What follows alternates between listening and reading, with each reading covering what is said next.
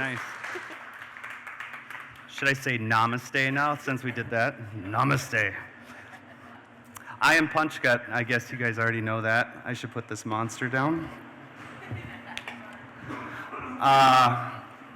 The first thing I wanted to show you, just to kind of be loose, I like to get uncomfy a couple times a year, and this is one of those moments. But when I was setting up the slides, I found my old reference sheet, because CreativeMornings wanted me to be really regulated and do bullet points. And after I got the slides together, I found the old sheet of my bullet points. If you look, I had an intro, and then I started drawing some stuff for Inktober, which is the Satanic Circle. And then I started drawing Modern Rocco, puking on Modern Rocco. And then just so you guys can stay with the schedule, you can see at the end it says, people throw feces at you and miss. So please miss, especially you, you're too close. And then I drew, I don't even know what this is, but this was, it says magic shit and sparkles. And this is a floppy disk with crystals sticking out of it. But I haven't, that's kind of how my brain works with a lot of things, so I got distracted, and then thankfully, Crystal helped me out and kind of organized my thoughts to a little bit. But every once in a while, I'm gonna check my phone, so don't roll your eyes and throw feces at me. When they first asked me to do this, I thought the theme was gonna be, I'm going into art and 14 other questionable life decisions. So I was surprised when it was Muse. This was one of my pieces I did. I kind of bounced back and forth with illustrations. And this was one I did of Mr. Charlie Manson with Marilyn Manson. But when I got to the part about Muse, I guess I never really thought about Muse that much. To me, Muse and obsession are kind of the same thing. I'm obsessed with creating art.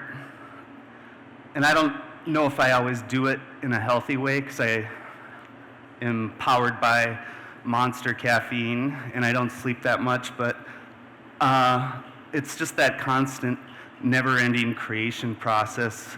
This was one I did for, it didn't have Muse WTF on there, I added that, but this was for Lure in Alexandria. They asked me to do some pieces that were specific to Alexandria. But to think of Muse, I think Muse just sounds a little too fancy or French to me. I like things a little grittier. So when I think about obsession and art, the one thing the best example I could think of was a North Dakota farm dog. And that's, you know, that farm dog that's out and he's gonna chase that car no matter what. He just hears the tires on the gravel road and he starts cracking his back and maybe flipping off a few wood ticks, and he knows he's gonna go to battle and chase this car. And he's never gonna catch it. He's always chasing it, gets left in the cloud of dust of the dirty old Honda Civic, and he walks back and does it again. And that's really what art is to me. I'm never gonna draw that perfect picture where I'm like, oh, finally, I'm done. That took way too long. Now I can go in to do something constructive.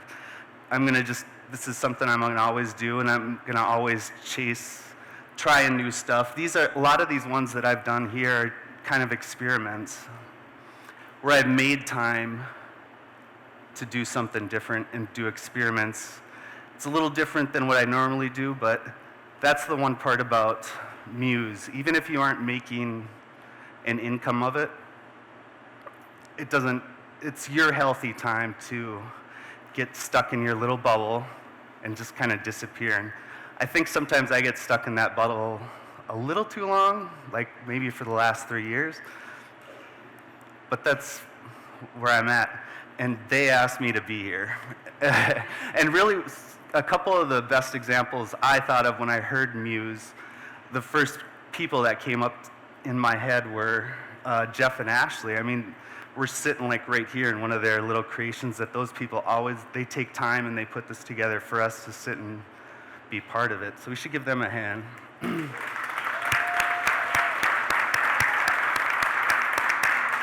I always see both of them everywhere I go. Even the creative markets, they're always out there. I think my heart rate fell down. Did I start talking a little slower?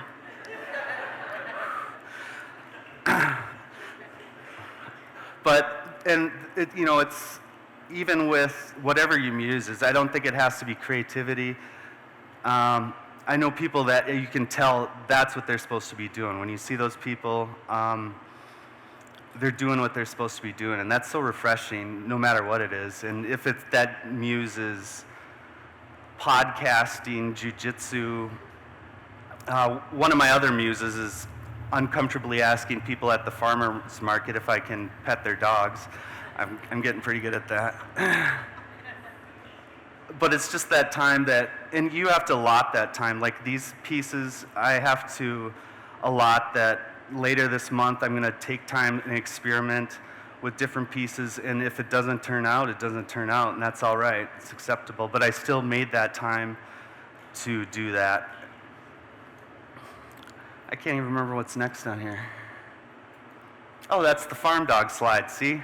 You guys try to keep me organized. This was an old poster. I used to do concert posters I did a lot of concert posters through the years, but this one was Big Head Todd and the Monsters, and that was doing concert posters also kind of, you can't stick with the same style all the time, and I think that really helped bend my style where I can kind of go either way with my styles, because I can't draw the wolf guy I could probably use it for Robert Plant, but for Yoris Smith out of Minneapolis, it just won't work. So that I had to kind of jump around with styles a lot. So I thought since we are here in the beautiful halls of Brewhalla, this is kind of how our label process works, where me and the guys are like, new label, and we have this whole process we tell these stories of things, so I thought we would go over that. But now that I'm standing here, I realized one of my first commercial projects as a commercial artist was I drew our senior keg t-shirt, where you would sell the t-shirt and then make money, and then you could buy more kegs. That was my first commercial project. So now that I think about it, I've been drawing people getting shit can wasted for like 25 years straight. And I don't know if I should be depressed. Should I be depressed about that? But it's made me cross paths with these great people at Drecker. But we've worked through so many different ways of, sometimes they have a great image that they want to see developed out, where they'll say, draw the skeleton guy, we're going to have these guys fighting, and then we go from there. Or we're going to draw a space guy, and he's going to be melting in the face. Or we're going to tell a whole story, which is one of the new ones we're coming out with, is we're going to develop one of the labels and then spread it out to a before and afters. So it's going to be a 3-part series. But we've gone both ways, where I've done a sketch and they're like, oh, this one's good, but it doesn't fit this, so let's hold this on later. And then we'll come up with a really clever name to go with it. So I thought I would kind of bring that with so you guys could see the process of how it works. And this is one that hasn't come out yet. But what we do is I start with a really rough pencil sketch. I do start with a rough pencil sketch on everything. I do logos, anything like that. So this was one we started out, we wanted to do a spaceman that was dead. They stick to what I'm strong at. So what I do is I text them the sketch, and they kind of bounce it around, see what they think, if they want to change things or not. And then once I get the approval on that, what I do is I scan in the sketch, or I ink it separately. So lately I've been drawing it right on the tablet, scanning it in and drawing it. But sometimes I'll put the pen right to paper. And then this is the final inked one off that original sketch. So you can kind of see the progress of how it changes. Everything just kind of tightens up and it gets clean. And then this is the final full color one. So, you know, if you watch the sketch, we kind of, and they've worked with me so long that they know that when I put little scribbles with triangles and circles, that means the Illuminati symbol's going to go in there. But they're familiar that there's going to be a background in there and how it's going to progress forward. So that one's going to be coming out pretty soon, and they directed me with kind of making it an 80s theme, which is a nice little twist on space and the death thing. And I also wanted to put a few people that inspire me on a constant basis. A lot of when I'm creating, I'm alone a lot. That's kind of the weird part. I think I put depressed in my bio, and I do dabble in depression a little bit now and then. But I also, a lot of it is, it's not depression, it's just isolation. You know, you're alone a lot, and then my brain starts spinning about, what if, and so a lot of the things that I surround myself with, and I shouldn't say they're all positive. Sometimes it's like when you're depressed and you listen to sad music to make yourself sadder. I dabble in that a lot. But I brought a few examples of people that I know that follow their muse, and when I see what they're doing, that's what they're supposed to be doing. And that, no matter what it is, it's a wide variety of things. And Robbie Lawler's one of those, even though his muse is blood and punching people in the face. When I see him fight, I know that's what he's supposed to be doing. You just see a relaxing phase of what he's comfortable of what he's doing, and that's punching people in the face. And that's Robbie Lawler. They all aren't that dark and creepy. Another one is one that I just met a month and a half ago, and his name is Jim Bishop. It's outside of Colorado, and he spent his whole life building this castle. He built each rock, and he did the metal work all of himself, and he's close to 80 years old now, but he's bought the land when he was 15 for $500 in the forest of Colorado, and someone drove by and said, it's starting to look a little bit like a castle. And he's like, if they want a castle, I'm going to build them a castle. And he was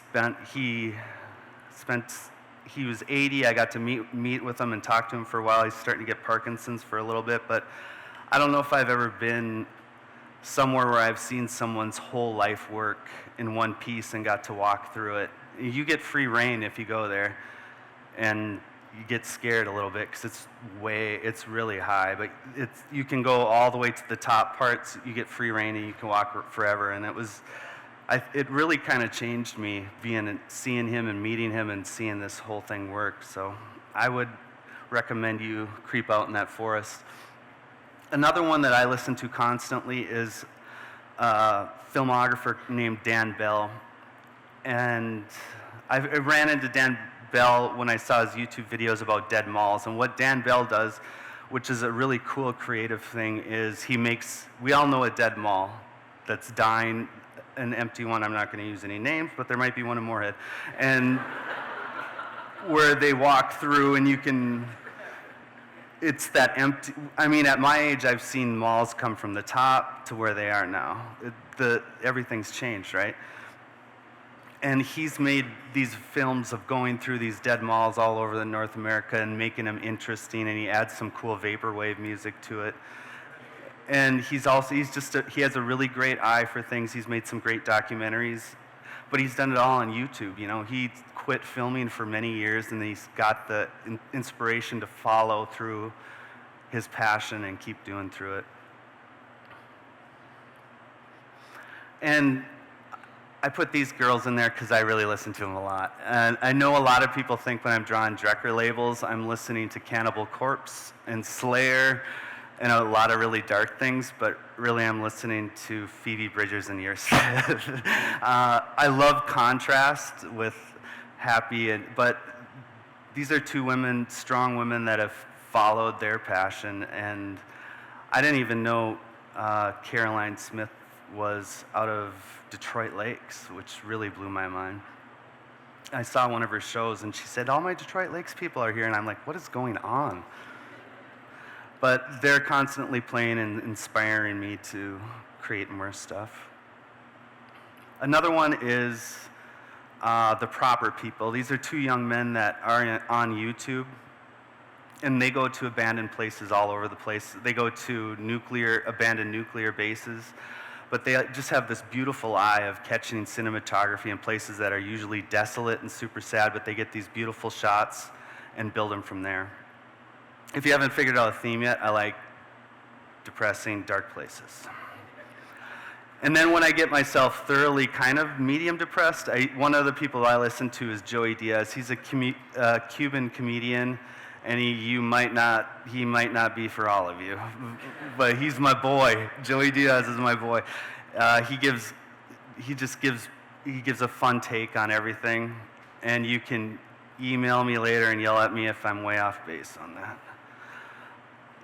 Another one that I listen to a lot, podcast, is Terrible Thanks for Asking. They cover she's out of Minneapolis too. They cover some really hard subjects of loss, that we all go through. But they talk about it openly, and she just does a great job of presenting it. But I can only listen to one a week because she crushes me. But those are a few of the people that I listen to keep me grinding and creative as I go through projects by myself. And that's it. That's my ramble. This was the mural I did for the Drucker guys, but I thought it would be a really cool backdrop for a shot. See how that works? When I did, but we can talk, do you guys want to talk about this? This was when we first opened, they were getting ready to open with Bruhala, and they said that they wanted a sketch for a mural, which I pictured 3 foot by 3 foot. But they gave me the dimensions, so we sketched it out. I think the first sketch I had, he had his arm, I drew the Grim Reaper, and he had a cape out, and all the guys were going to be coming from there, but we wanted to put it more to the side, and then we just developed from there. But, that's one of the Viking ship in there. We just put a lot of stuff in there, and then when I came in and saw how big it was, we had the guys from Upper Hand Signs go and do the actual painting part of it, and they crushed it. But I don't know, that's probably the biggest piece one of my works has been in. And that work went the same way that the labels did, where it was a pencil sketch, and then we just kind of morphed it from there and inked everything. All right, Jeff. Thank you. Thanks for coming out. I really appreciate it.